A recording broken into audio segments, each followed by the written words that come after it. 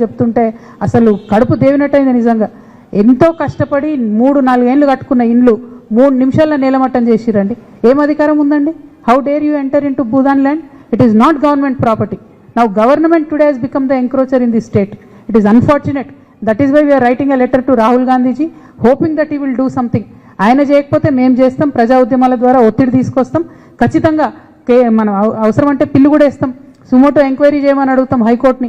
ఎట్లా కూలగొడతారు? అసలు ఏం అవసరము? పోయే అవసరమే లేకుండే. నీకు వేరే ప్రాజెక్ట్ ఉంటే ప్రపోజల్ ఉండే ముందు ఇచ్చేది ఉంటే డబుల్ బెడ్రూమ్లు. ఇప్పుడు ఇవ్వడమేంది?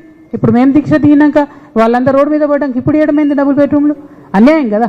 ఇప్పుడు మన ఇల్లు గుంజుకొని ఇంకో దగ్గర ఇస్తామంటే ఊరుకుంటామా? అసలు రీజన్ ఉండాలి కదా గవర్నమెంట్ ఎంక్రోచ్మెంట్కి. సో సారీ, ఇది చాలా అన్యాయం. ఇది మొత్తం తెలంగాణ అందరూ కూడా ఆలోచించాలి.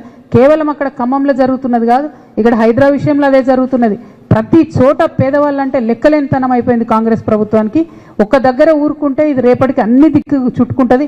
ఇలా ఖమ్మంలో పేదవాళ్ళ ఇండ్లు అయినాయి నాకేంది అని మనం అనుకుంటే రేపు కరీంనగర్లో అవుతుంది, ఎల్లుండి నిజామాబాద్లో అవుతుంది, అవతల మహబూబ్నగర్లో అవుతుంది, అన్ని చోట్ల కూడా ఈ వైఖరి అవుతుంది. కాబట్టి ప్రభుత్వం యొక్క ఈ వైఖరిని మేము తీవ్రంగా ఖండిస్తున్నాం. ఇట్లా జులుం చేయడం అన్యాయం. దీనికి వ్యతిరేకంగా జాగృతి పోరాటం చేస్తుంది. ప్రస్తుతానికి వెలుగుమట్ల యొక్క బాధితులు ఎవరైతే ఉన్నారో వారికి సంబంధించి అక్కడే ల్యాండ్ ఇవ్వాలన్న దీక్ష కొనసాగిస్తున్నా. వాస్తవానికి నిన్న మేము వెలుగుమట్లలో పరామర్శించి కలెక్టర్ గారు కానీ ప్రభుత్వం కానీ ముందడుగు వేస్తుందేమో. ఇవాళ తెలంగాణ ఉద్యమకారులకు సంబంధించి వచ్చే బడ్జెట్లో వాళ్ళకి ఇవ్వాల్సిన ల్యాండ్ ఇవ్వాలి అని చెప్పి పెద్ద దీక్ష తలపెట్టినాం. వారందరూ కూడా ఇక్కడికే వస్తారు, ఉద్యమ సంఘాలన్నీ కూడా ఇక్కడికి వస్తాయి. ఈ దీక్ష ఖచ్చితంగా కొనసాగుతుంది. డాక్టర్ విశారదన్ గారు రిలీజ్ అయ్యి వచ్చిన తర్వాత ఐక్యంగా పోరాటం ముందుకెళ్తుంది. వెన్యూ ఏమన్నా మారితే మారచ్చు కానీ దీక్ష మాత్రం మారదు, ఆహారం మాత్రం తీసుకునేది లేదు. Thank you. జై తెలంగాణ, జై జాగృతి. మా జాగృతి కేంద్ర కార్యాలయం వద్ద వదిలేసినారు. మరి డాక్టర్ విశారదన్ గారిని తీసుకెళ్ళినారు. ఎక్కడ ఉన్నారో తెలియదు. వారి కాంటాక్ట్లోకి వచ్చిన తర్వాత వారి పరిస్థితి ఏంటి, ఎట్లా ఉన్నారో అవన్నీ కూడా మీకు చెప్పడం జరుగుతుంది.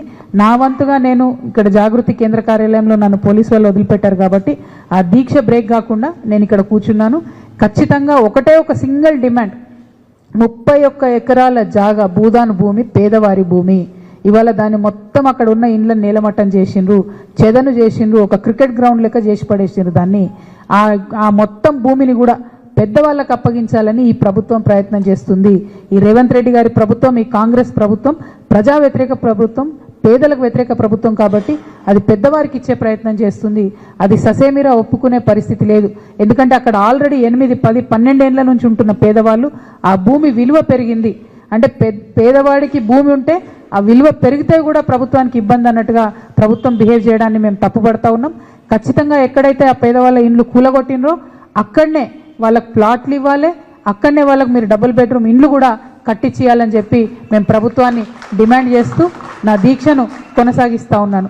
దాంతోపాటు నేను ఇంకొక మాట కూడా చెప్తా ఉన్నాను. రాహుల్ గాంధీ గారు